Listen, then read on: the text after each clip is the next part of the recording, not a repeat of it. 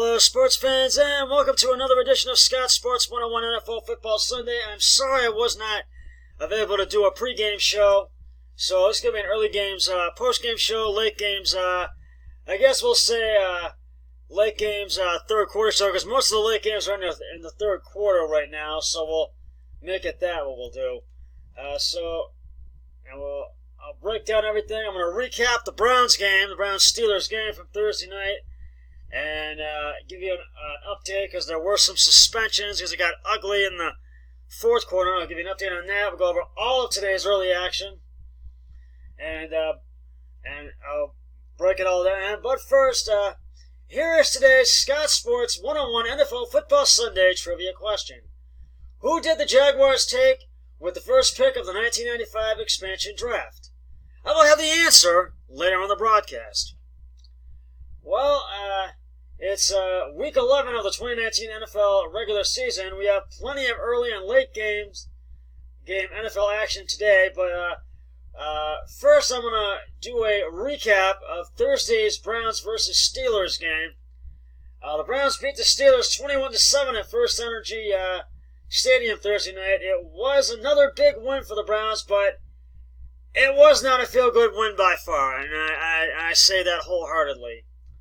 The Browns jumped on the Steelers early, taking a 7-0 lead in the first quarter, thanks to Baker Mayfield taking and running the ball into the end zone for a 12-yard TD, and it was 7-0 Browns. And the Steelers tried to score, but they ended up having a turnover on downs, going 3-and-out several times, and so it was 7-0 at the end of the first quarter. The Browns scored their second touchdown of the game in the second quarter, taking a 14-0 lead thanks to Stephen Carlson's 8-yard TD, and it was and the extra point was good, and it was 14-0 at halftime at the break. And the Steelers just could not do anything right in the first half, and it was a long night for the Steelers. But the Steelers finally got on the board in the third quarter thanks to Jalen Samuels' 19-yard touchdown. And the Steelers trailed the Browns 14-7, and the Browns had a few penalties. They had a few holdings, and they just they had a few times where it went 3-and-out, and just could not get a chance to score. But in the fourth, Baker Mayfield finds Jarvis Landry open, and Landry runs the ball 43 yards into the end zone for the touchdown, and it was a 43-yard touchdown, and it was 21-7 Browns lead. And Steelers tried to score again, but it got ugly. Things got ugly with 8 seconds left in the fourth quarter. Myles Garrett ripped off Mason Rudolph's helmet and started hitting him with it, and once Garrett fell to the ground, Marquise Pouncey of the Steelers started kicking him, and then the Browns defensive tackle Larry Ogunjobi punched Marquise Pouncey, and it took a while and a few minutes to break up the fight, but once the refs were able to break it up, Myles Garrett, Maurice Pouncey, and Larry Ogunjobi were ejected from the game, and the Browns answered this with the final seconds, took a knee. Of the fourth quarter, took a knee, and they did that twice. But nevertheless, the Browns win 21-7 over the Steelers. But it was not a feel-good win. The Browns do go to 4-6 on the season, and the Steelers fall to 4-5. But again, it was not a feel-good win. I did not get a chance to hand out game balls. Excuse me. But I'm going to do that right now. Baker Mayfield, 17 of 32, 193 yards, 2 touchdowns, no interceptions. Nick Chubb, 6 carries, 92 yards. Kareem Hunt, 6 carries, 6 receptions, 12 yards rushing, 46 yards receiving. Odell Odell Beckham Jr., 4 receptions, 60 yards. Jarvis Landry, 4 receptions, 43 yards, 1 touchdown. And Stephen Carlson, 1 reception, 8 yards, 1 touchdown, and no interceptions. Now, Myles Garrett has been suspended indefinitely for the remainder of the season. And Larry Obijobi got a 1-game suspension, and Maurkice Pouncey, center for the Pittsburgh Steelers, got a 3-game suspension. Garrett will appeal his suspension, and Garrett could argue that the agreement does not allow indefinite suspensions for on-field actions, and he will hope for a finite number as well as a reduction. Now, Garrett must also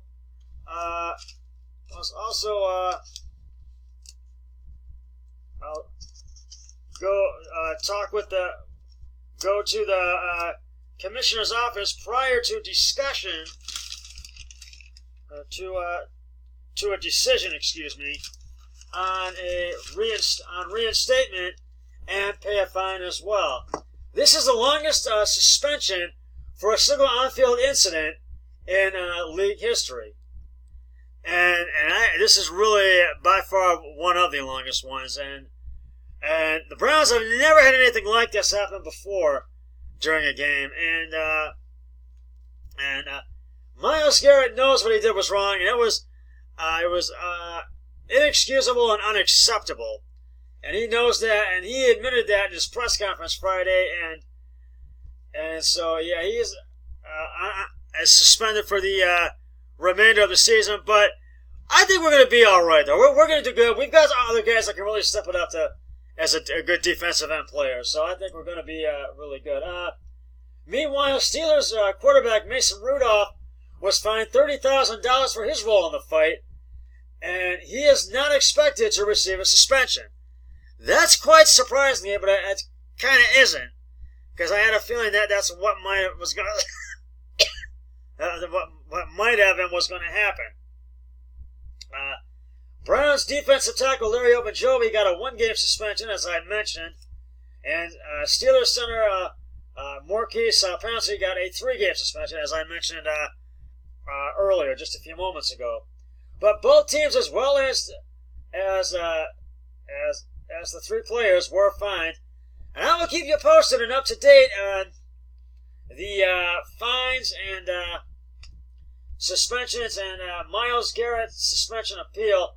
And I'll keep you updated. I'll let you know when I hear something and when it comes in. And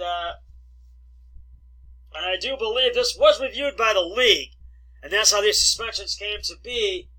And when we could not have this happening during any game, for that matter. And the coaches were stunned. Both coaches were, Mike Tomlin and Browns coach Freddie Kitchens, and they were stunned more than anything. And this should not have happened at all. And so, because he knows, and Myles Garrett has to control his temper and keep his composure. And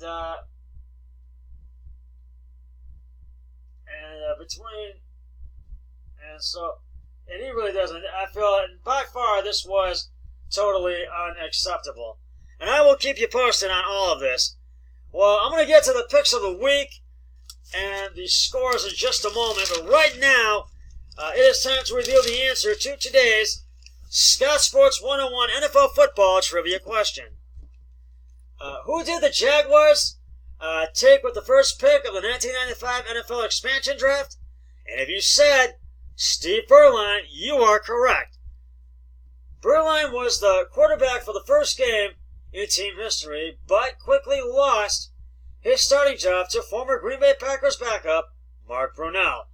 And I'll have another trivia question on my next podcast, which will be tomorrow night for Scott Sports 101 Monday Night Football on the pregame show tomorrow. And right now, I'm going to go over all the early game action. I've already mentioned the Browns beat the Steelers 21-7. Right now, I am 6-3 on my picks right now. And my brother-in-law Eric Hoyle is 8-1. We both took the Browns and won on that one. The Buffalo Bills beat the Miami Dolphins at Hard Rock Stadium in Miami, 37-20. And Dolphins tried to make a comeback, but they just fell short. And I have to give the game ball to Josh Allen. I have to give it to him. And my brother-in-law and I both took Buffalo for that one. We both won on that one. The Dallas Cowboys beat the Detroit Lions at Ford Field in Detroit, 35-27. The Cowboys go to, I believe, 7-3. Excuse me. And the Lions go to 3-5-1. I took Detroit, so I lost on that one. My brother-in-law Eric Hoyle took the Cowboys and he won on that one. So,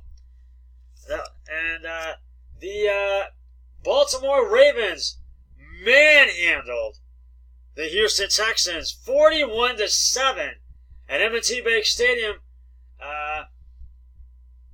in Baltimore, Maryland. And my brother-in-law and I both took the Ravens for that one. We both won on that one. So we that was one that we both won on. The Indianapolis, actually I'll get to that one in a minute, but the Carolina Panthers really just got walloped by the Atlanta Falcons, 29-3. And Carolina struggled both offensively and defensively. So I have to give the game bottom to Matt Ryan. And for the Cowboys Lions, I forgot to give game balls to Dak Prescott and Ezekiel Elliott. They're going to get them. But I give it to Matt Ryan for the Atlanta Falcons Carolina Panthers game. I took Carolina, and my brother-in-law took the Panthers. Actually, we both took the Panthers, so we both lost on that one. Now, the Indianapolis Colts. Hold on a minute. We'll get to that one soon. Hold on a minute. I can't do that one yet. The New Orleans Saints beat the Tampa Bay Buccaneers 34-17 at Raymond James Stadium in Tampa Bay, Florida. And the Bucs struggled offensively and defensively. My brother-in-law and I both took New Orleans. My brother-in-law Eric Hoyle and I, we both took the Saints. So we both won on that one. Yes, we both won on that one. And I have to give the game ball to Drew Brees. I give it to him. The Minnesota Vikings came back from being down 23-0. Came from behind and beat the Denver Broncos 27-23 at US Bank Stadium in Minneapolis. And I gotta give the game ball to Kirk Cousins. I have to give it to him. And one of their offensive guys, they really came from behind to win this game today. And I took Minnesota, and so did my brother-in-law. We both won on that one. The Jacksonville Jaguars beat the Indianapolis Colts beat the Jacksonville Jaguars. 33-13 at Lucas Oil Stadium in Indianapolis, Indiana. My brother-in-law and I both took Indianapolis. We both won on that one.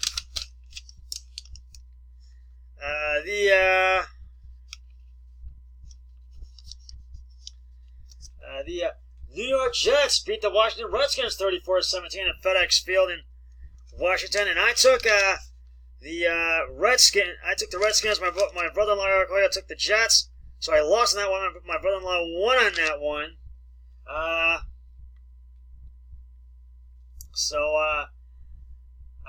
lost on that one, but those are the early games. The Niners and Cardinals are scoring out at Levi Stadium in San Francisco. Patriots and Eagles at Lincoln Financial Stadium, and the Eagles are up 10-3. The Raiders and Bengals are scoring off at Oakland Coliseum in Oakland, California. Bears and Rams on Sunday Night Football in LA. And tomorrow, Chiefs and Chargers in Mexico City. That's just about going to wrap it up for the Scott Sports 101 Early games, 3, 2, 1, I'm done.